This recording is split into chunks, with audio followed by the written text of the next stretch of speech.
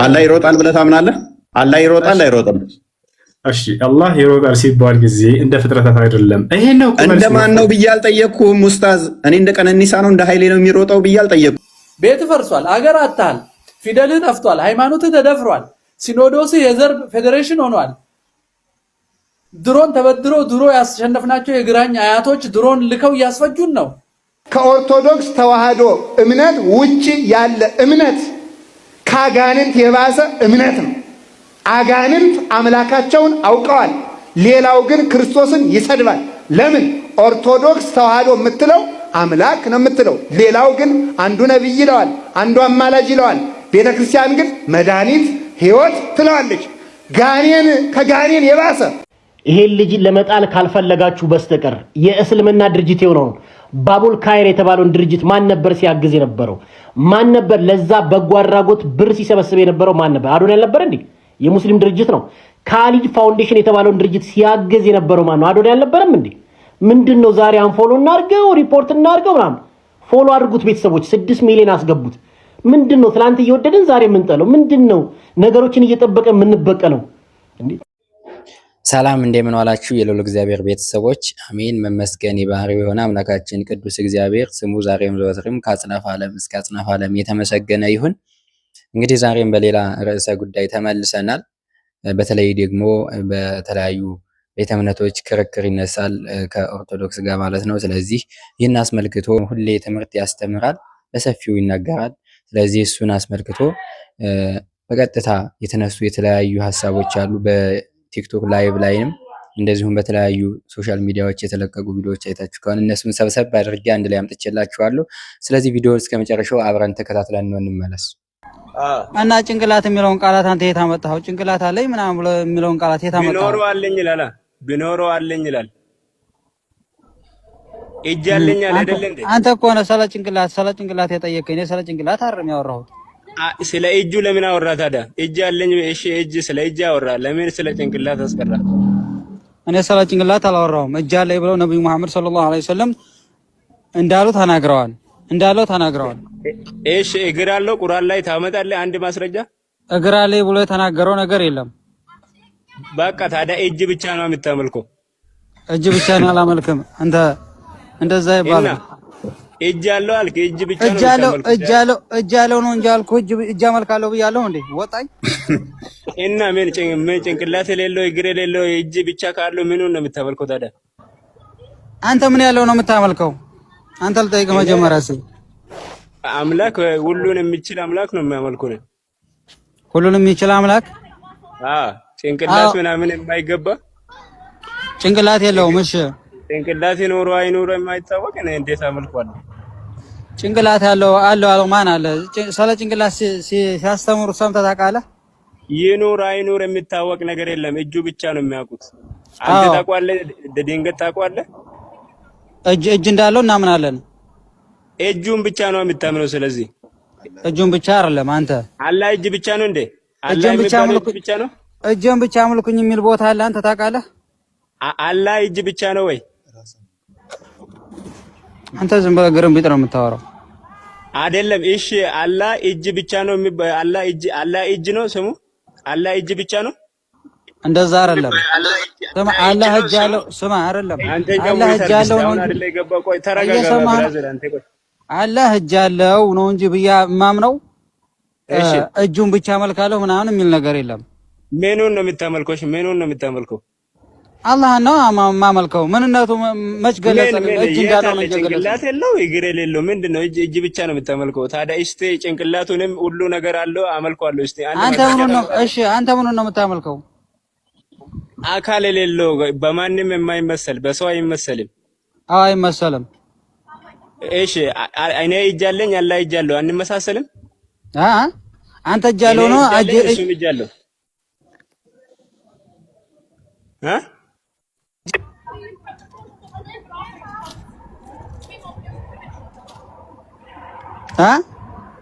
እኔም እጅ አለኝ እሱም እጅ አለው። አንድ አይነት እጅ የሚባለው እጅ ነው። እኔም እጅ አለኝ እሱም እጅ አለኝ። ምንድነው ከኔ ልዩነቱ? አንተ እንደምትለው እሺ እሱን ተው። መውሊድ ታከብራለህ አታከብርም?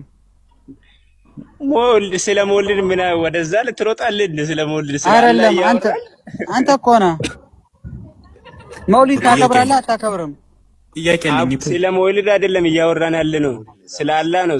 ሞልድ ሌላ ርዕስ ነው። ይሄ እኮ እጅ እንዳለው የነገርኩህን አይደለ? እጅ እንዳለው እናምናለን። አሁን አይደለም ወንድም አዳምጠኝ ከድር። አሁን አንተ ጭንቅላትህን በጥይት ቢመታ ትሄዳለህ? አላህ ጭንቅላት ከሌለው እንዴት ይሄዳል?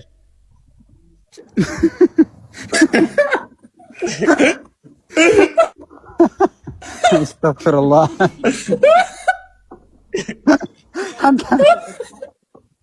እጅ ነገር ጭንቅላት ከሌለው በእጁ ነው እንደሚሮጠው። አንተ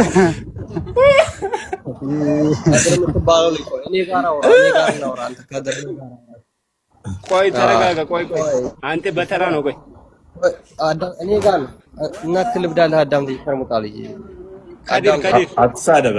እስ ነኝ አዳምጠኝ እናት እስ ነኝ። አትሳደብ። ባለፈውም ተሳድበ ነው የምታወራው አንተ። አትሳደብ። መርሃባ ይኸው ምን መሰለኝ ወንድም፣ ምንድን ነው በእጁ ነው የሚሄደው? ሲሄድ ምናምን ወደ አርሽ ሲመጣ በእጁ ነው የሚመጣ? እመጣለሁ ያለበትን ምክንያት አሳየኝ። እመጣለሁ በእጄ ነው የምመጣው ብሎ ያወረደውን ቁርአን አሳየኝ። አይመጣም። እኔ አላምንበትም እኮ ይመጣል ብዬ አላምንም። አንተ እና ታዲያ የማታምንበት ምን ብለህ ትጠይቀኛለህ? የሌለውን ጥቅስ ምን ብለህ ትጠይቀኛለህ? አንተ ታምናለህ ወይ? ወደ ቅርቤቱ ሰማይ ይመጣል ብለህ ታምናለህ? ወደ ቅርቤቱ ሰማይ ዱዓይ ሊቀበል ይመጣል? እርግጠኛ አይደለሁም። ይምጣ አታውቅም? ወደ ቅርቤቱ ሰማይ ይመጣል። ወደ ቅርቤቱ ሰማይ ለምኑኝ የሚለምነኝ እንሰጣለሁ ብሎት ሲያስተምሩ ሰምቻለሁኝ። አይደለም ሰምቼ አይደለም። በእናትህ ወደ ቅርቤቱ ሰማይ ይመጣል ብሎ ነው የሚያምኑት። የአንተ አቂዳ የሚቀበሉትን እንደዛ ብሎ ነው የሚያምኑት። ወደ ቅርቤቱ ሰማይ ይመጣና ዱዓያችን ይቀበላል። ሲመጣ እጁ ብቻ ነው የሚመጣ ወይስ ምኑ ነው የሚመጣ? ይሄን ንገረኝ። እኔ ይመጣም ብያ አይደለም ምንም መጀመሪያም ብለን ስማ። እሺ ምን እንደምትለኝ ወደ ቅርቤቱ ሰማይ ወላጋ ካንተ ጋር ለማውራት እኔ እንትን የለኝም። ወላቃ ነበር። ይሄን አታውቅም። የበድር ጦርነት ላይ ሄዶ ነብዩንም ጥርሱን አራግፈውለታል። ይሄን አታውቅም። ሊዘርፍ ሄዶ ጥርሱን አራግፈው ሰጥተውታል። ጥርሱ ወላቃ መሆኑ የፊት ጥርሱን አልነገሩም። ይህ እንደዚህ ነው፣ ነብይ እንደዚህ ነው ይላል። ይከካም ኤምዲ አንተ ባላንተ ዶንቆሮ እፎያችን እንዴት ነሽ? ደህና ነው ወይ? ዘመዶችሽ ምን አድርግ ነው የሚሉኝ? ቆይ እቺ ደግሞ ሸሊ ከካም አትጨማለቅ። መጀመሪያ እፎይ ሰላም ነው፣ ከዛ በኋላ እናወራበታለን። እሺ ወንድሜ እስቲ አስተምረን፣ እስቲ እንደ ሙስሊም አስተምረን ከምትሰድበን። አኑዬ ቆይ እፎይ ሰላም ልበለው። ቆይ እፎይ እንዴት ነሽ? ደህና ነሽ ወይ? ከእንደዚህ አይነት አጋንንታዊ ስላመለስሽ እንኳን ደስ ያለሽ። የእፎይ ቅንጥራም ናቸው። አንተ በእናትህ ብልግናቸው ምንድነው? እሱ በየሱ ከፍታ ሁሉ ራፈር ብሉ። እውቀት ከሌላችሁ ውጡ። እስቲ በቃ ታሳፍራላችሁ። የተማርከው ይሄንን አንተ የተማርከው ነው እዚህ መተህ የምትሰደበው። እኛ የተማርነው እንዲህ አይደለም። ተማርና ያፈን ከምከፍት ክፍታ ሁሉ እዛ ሄዱና እፎይ ተሳዳቢ ነው ይላሉ። ከዛ እስልምና እንደዚህ ነው። በአፋቸው እኮ ነው መተው የሚጸዳዱት በኢየሱስ ስም። እኔ በህይወቴ እንደዚህ አይነት ተሳዳቢ እንደ እስልምና አይቻላልም። እንደዚህ ነው እንደዚህ አንተ ቂማላም አረበና ተረጋጋ። በቃ ነብይ ቅማል እንዳለበት አልነገርኩም። እኔ ምን ላድርግ ካለ እራስህ ቅማላም ስለሆንኩ እኮ ነው ሰውን ቅማላም ብለህ የምትሳደበው። አርጠረን እስልምና እንደዚህ ነው እንደዚህ ነው። እባክህ ሶፍት ኮንክ ኤምዲ ሶፍት ኮንክ ፊትህ ላይ ጠርግልሃለሁ። 10 ደጋግመህ ፊትህ ላይ ያለውን እንትን አትጠረቅ አትበል። ሶፍት መልክ የምትሰራው የምታስገባን የምታስወጥ። ስለዚህ ተረጋጋ። አሁን ተስኩል ታወራለህ ፕሌስ ወድናት። እኔ ምንድነው እሱ እየየ ቢሉብኝ ቆርመደድ ሚተተርግን ዲቃላ በኢየሱስ አውርዳቸው። ከስድብ የዘለለ እውቀት የሌላቸው ተማሩ። ከነዚህ እስልምና ይሄ ነው። አዳራታችሁ ነው ዛሬ ሙስሊሞች እንደዚህ ናቸው። ሌላ ነገር አታውቅማ። የተሻለ ነገር ለመማር ነው። የተሻለ ነገር እስቲ ማርያምን ብለሽ እስቲ ማይ እስቲ አዳራታችሁ እንደ ጥያቄ በቃ አንተ እፎ የምትባል ደንቆሮ ማይም የመጨረሻ ዕድል ልስጥህ። ምን ያህል ይህ አዋቂ እንደሆንክ ላጋልጥህ።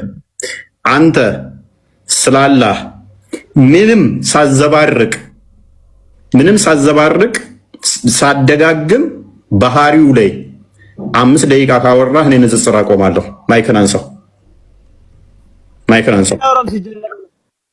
ከአንተ ጋር ለምን አወራለሁ? እንዳንተ አይነት ደደብ ሰው ጋር አላወራም።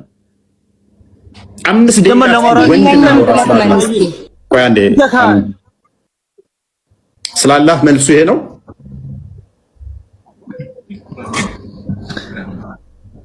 ኡስታዝ ያስተማረ ይሄንን ነው። ስላላህ ስትጠየቅ እከካም ብለህ መልስ ነው ያለ። እኔ ከአንተ ጋር አላወራም እያልኩ እኮ ነው። ከፈለክ አንተ ወንድ ከሆንክ ከሱ ጋር ለምን አታወራም? ከኔ ጋር አውራ። ነው የመጀመሪያው ቅጣት ምንድነው? እሽርክ። ሌላው መሐሪ ነው ፈጣሪ። አይ ሽንት ነው ይላል። ግን በመቃብር ቅጣት ዋነኛው ለመቃብር ቅጣት ምክንያቱ ሽንት ነው ይላል።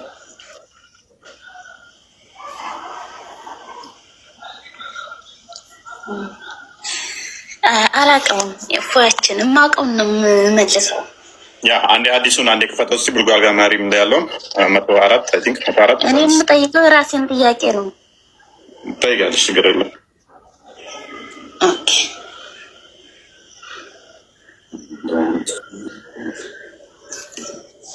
ኦኬ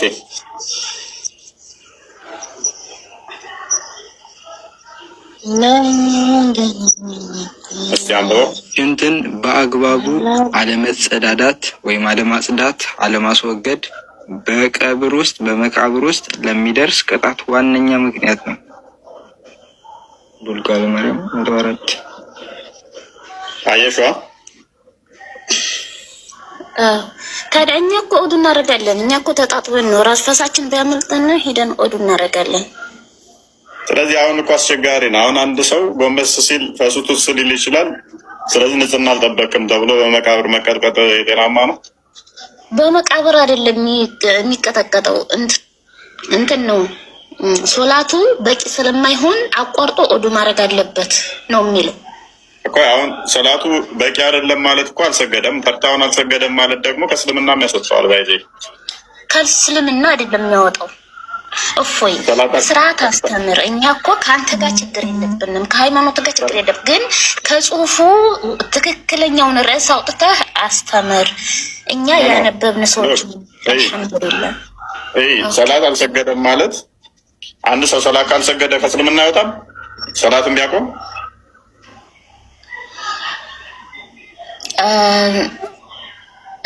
ሶላትን ቢያቆም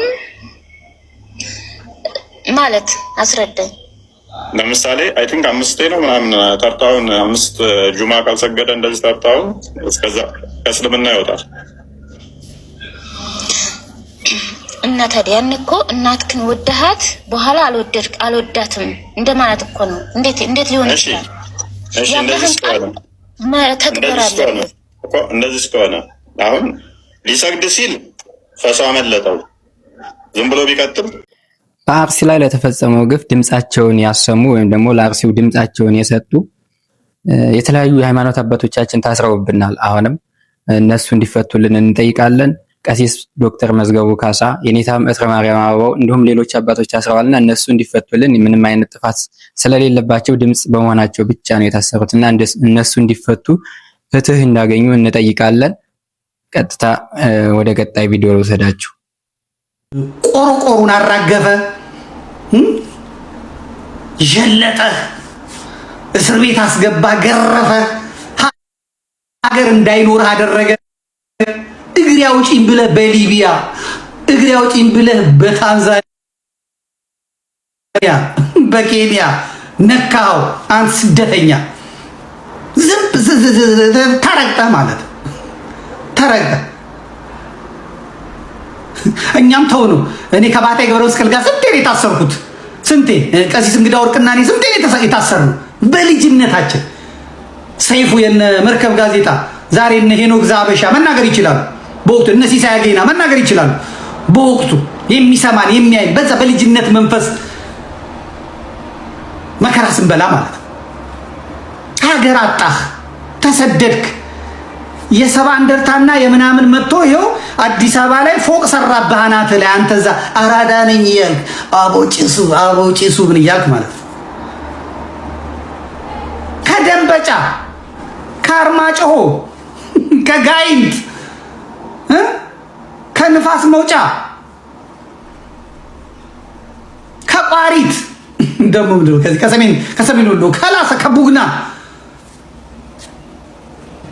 ከምናምን መጣልህና ደግሞ ይሄ ብአዴን ነኝ ያለ ሰው መንገዱን እንኳን የማያውቅ ሰው መጥቶ አንተ እዛ ያራዳ እኔ ጋዛንቺስ ያራዳ ልጅ ነኝ ፖለቲካና ኮረንቲ በሩኩ ነው አፉ ነው ምናምን እያል አናትህ ላይ ህንፃ ሰራ፣ አናትህ ላይ ጋለበ። አንተ እዛ ተንቀሳቅሰህ የራስን ኢምፓየር መክፈት። አዲስ አበባ ብሔር የለውም፣ የአዲስ አበባ ልጅ ብሔር የለውም። ባክኛ ለፍዳዳ አረቄ እየጠጣ ጫትን እያቀረቡልህ በገፍ የሴክስ ፊልም በመጀመሪያ በቪኤችኤስ ከዛ በሲዲ አመጡልህ። ከዛ በኋላ ሺሻህን ይዘህ ምንህን ይዘህ የሴት ጭን ውስጥ ሟምተህ ቀረህ። ሟምተህ ግማሹ በኤድስ አለቀ፣ በኤችአይቪ አለቀ፣ ግማሹ ቆርቆ እንዳሆነ። ብዙ የአዲስ አበባ ወጣት ሽንት ቤት ገብቶ 4 ሰዓት ነው የሚቀመጠው። ለምን? ጫት ነው የሚበላው። ጫት ደግሞ ገብቶ ያደርቃል። እዛ ይገባና ውጣ ይለዋል። ከየት ይወጣል? በቃ በኦፕራሲዮን ካልሆነ እዛ ቁጭ ይላል። በቃ ሱሪው ላይ አልቆ ጣውላ መስሎ ብዙ የአዲስ አበባ ወጣት ሽንት ቤት ገብቶ ከቆየ ጫታም ነው ደርቋላ። ይሄ ነው። ከዛ ፌስቡክ ላይ ወጥቶ እናት አፈርት ብላ አንተ እኛ ፒስ ነን ዘራና እኛ ዘረኝነት አናውቅም ምናምን ይለኛል። ለፍዳዳ ለአንተ ነው የምጮህልህ። ለአንተ ነው እየነገርኩ ያለሁት። ይሄ አሁን ኦሮሞዎቹ መጡ። እናቴ ከትግሬ ተምረዋል ከምን ተምረዋል መጡልህና አለቀ። አናት ላይ ቤት ሰራ። የነዚህ ደግሞ ምህረት አያውቅም። እነዚህ ደግሞ የአባገዳ ልጆች ስለሆኑ በልህ ነው የሚመጡት። አጸዳ ወስዶ አጸዳ። የወንዝ ዳር ልማት ነው። ጥፋ ከዚህ ሂድ ንቀል ከዚህ ምናምን ደግሞ የኛ ነው ትላለህ። እዚህ ጋር ምናምን ኮሪደር ልማት ነው። ጥፋ አፍርስ፣ ጥፋ በሁለት ቀን ውጣ። እምቢ ግሬደር አምጥቶ ያፈርስባል። የአራዳው ልጅ አንተ ቶሎ ዲምቱ እዛ ጭቃ ውስጥ እንቆረር ውስጥ ገባለህ። ቤት ፈርሷል፣ አገር አጣል፣ ፊደልህ ጠፍቷል፣ ሃይማኖትህ ተደፍሯል፣ ሲኖዶስ የዘር ፌዴሬሽን ሆኗል። ድሮን ተበድሮ ድሮ ያስሸነፍናቸው የግራኝ አያቶች ድሮን ልከው እያስፈጁን ነው። ምንድነው የምትጠብቀው ነው? ምንድነው? አይ ዶንት ኖ። መገመት የምችለው ሃይማኖት ማጣትና ነፃ አውጪ መጠበቅ ነው። ሃይማኖት ማጣት ነው። በእግዚአብሔር አለማመን ነው። እኔ የሚያምን ግፍን የሚቀበል ሰው አላይም። አርበኞቻችን በሙሉ አማኝ ነበሩ። አቡነ ጴጥሮስን እኮ የምንዘከራቸው እምነታቸው መሬት ሳትቀር እንዳትገዛ አውግዘው መሞታቸው ነበር እንጂ እንደዛኛው አቡነ አብርሃም እሺ ብለው ሮም ሄደው እንደገና ተቀብተው መምጣት ይችሉ ነበር። አዎ ካቶሊክ ሆነው ግን ለሆዳቸው አይኖርም። that father was not a man without chest። አየው ደረት የሌለው የጭንቅላትና ሆድ ብቻ አልነበሩም ማለት ነው አባታችን። አሁን ያለነው ብዙዎቹ ጭንቅላትና ሆድ ብቻ ነው። በጭንቅላታቸው ያጠኑትን የቤተክርስቲያን ትምህርት ያነበንባሉ፣ ሆዳቸውን ይሞናሉ። ልብና መንፈስ የለም። ጭንቅላት ያጠናውን ቅዳሴ ያቃል፣ ያነበንባል። በቃል ያዘውን መዝሙረ ዳዊት ያቃል፣ ይደግማል። ድጓውን አጥኖታል፣ ያዜማል።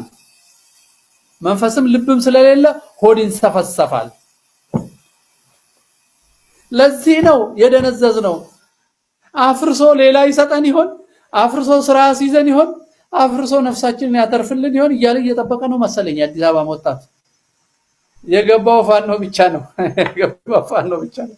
ሌላው አልገባውም ገና። ይመጣለታል። ለእያንዳንዱ ለሶማሌ፣ ለአፋር፣ ለሁሉም ይመጣለታል። ክርስቲያንን በመግደል የምትረኩ ወሃቢዎች ትደንቁኛላችሁ።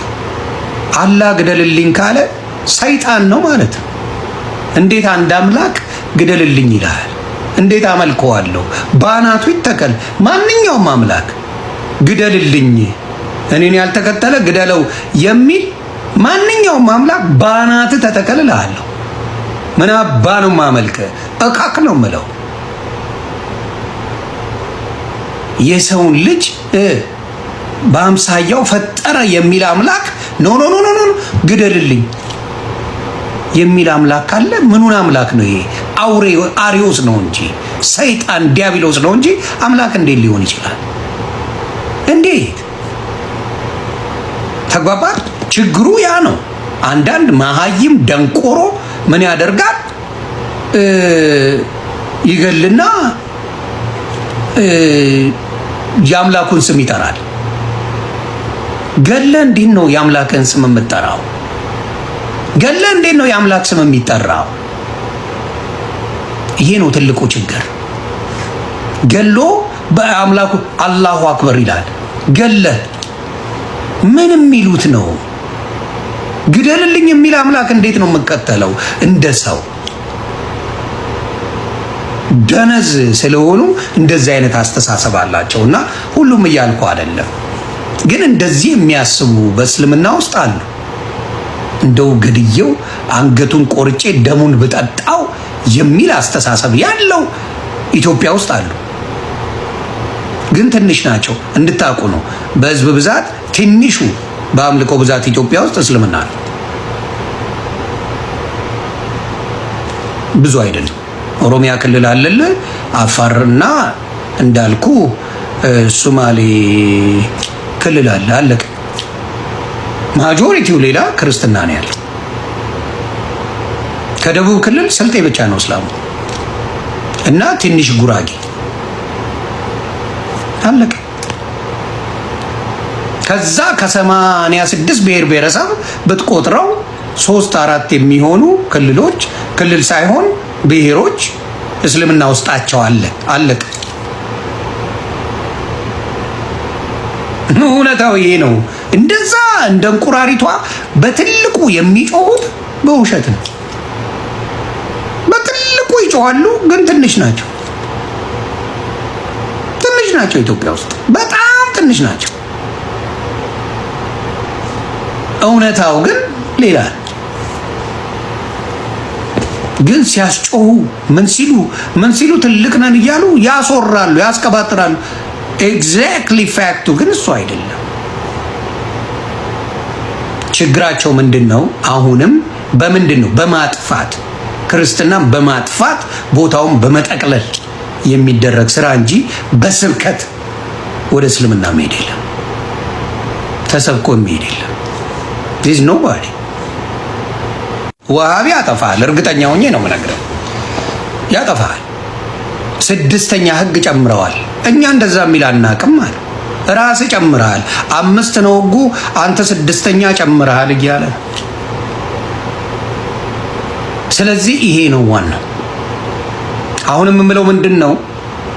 ጠቅላይ ቤተ ክህነት ላይ ቤተክርስቲያን ድምፅ እንዳይኖራት ከገዳዮቹ ጋር ሽርክና እየፈጠረ ያለውን ተቋም አካል ለመለየት ብንጠቀምበት ጥሩ ነው።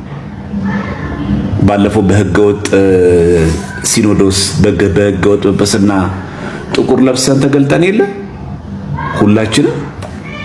ሰው ምን ከዚህ በለጠ ምን እንደሚጠበቀው? ይህን ነገር እየቀበረ ያለው ማን ነው? አንዳንድ ብፁዓን አባቶች ሹልክ እያሉ የሐዘን መግለጫ ያወጣሉ።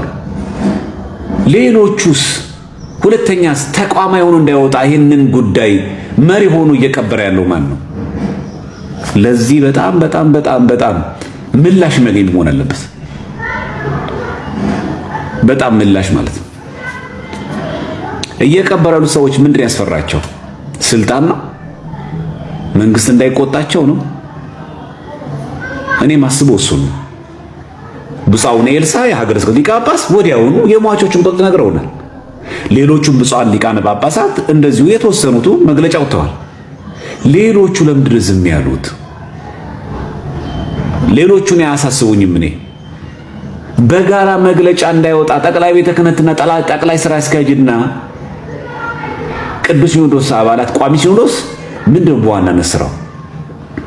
ይህ ጉዳይ ቅዱስ ሲኖዶስን አስቸኳይ ጉዳይ ስብሰባ ያልጠራ ምን ጉዳይ ነው አስቸኳይ ጉዳይ የሚጠራው? ማለት ሎጂካል ስታስቡት ማለት ነው። ይህ ጉዳይ ጠቅላይ ቤተ ክህነትን እና ቅዱስ ሲኖዶስን በአስቸኳይ እንሰብሰብ ብሎ ለእርምጃ ያልጠራ ጉዳይ ምን ሲሰበሰብና ምን ሀገሩ ሲፈጠር ነው ቅዱስ ሲኖዶስ የሚሰበሰበው? ምክንያቱም ሕገ ቤተ ክርስቲያን ላይ ቅዱስ ሲኖዶስ በሀገር ወረራ ሲከሰት፣ ክርስቲያኖች ሲፈጁ፣ እንዲሁ ነው ልክ እንደ አይነት ወረራ ሲከሰትና እልቂት ሲከሰት፣ ድርቅ ሲከሰትና ሀገር ወዳልተገባ ውጥንቅጥ ውስጥ ስትገባ ማየት ያለብን አህያውን ፈርቶ ዳውላው ማለት የለብንም። የዚህ ቁንጮ ማን ነው? ይሄ መልእክቴ በደንብ እንዲደመጥልኝ እፈልጋለሁ እስከ መጨረሻው ድረስ ማለት ነው። በዚህ ሰዓት እናት ቅድስት ቤተክርስቲያናችንና ልጆቿ ላይ በሚደርሰው መከራ አንድነት በማሳየት በጋራ ስሜት በምንንቀሳቀስበት በዚህ ሰዓት አጀንዳችን ጉዳያችን የቤተክርስቲያናችን መከራ አርሲ ሆነው ሳለ እራሳችሁን አጀንዳ አድርጋችሁ ለማሳየት የምትጋጋጡ ሰዎች ታሪካዊ ጠላት ናችሁ። ሰው እንዴት እኛ የሚል ከባድ መከራ በላያችን ላይ ተጭኖ እኔ ብሎ ፈልፍሎ አጀንዳ ለመሆን ይሞክራል? ሊቃውንትም ተብላችሁ እኮ እዚህ ጋር እንደዚህ አይነት ድራማ እኮ ነው የምትሰሩብን። የእናንተ አጀንዳነት ለኛ አይጠቅመንም። በማንም ላይ ማንም ተነስቶ ቪዲዮ ይሰራል። ሰው ራሱን ለመከላከል ወጥቶ እኮ እንዲተባልን ማለት ማናችንም እንችላለን። ስለማይጠቅም ነው። እኔ ብሰደብ እኔ ብንጓጠጥ ምንም አይነት ነገር ፈቀቅ ሊያደርገኝ አይገባም። ከዓላማዬ ከጉዳይ በጋራ ከሚደርስብን እውነታዊ መከራ አንጻር ማለት ነው። ስለዚህ በየትኛውም ሁኔታ አጀንዳ ለመክፈል የምትሯሯጡ ሰዎች እረፉ፣ አርፋችሁ ቁጭ በሉ። በቃ ወይ ካልገባችሁ አትናገሩ። መናገር ግዴታ አይደለም። እነሱ እየተባለ እንዲወራ እንዴት በዚህ ሰዓት ትሰራላችሁ? ይሄ ትልቅ ነውር ነው። እንዲህ የምታረጉ ሰዎች ከድርጊታችሁ ተቆጠቡ።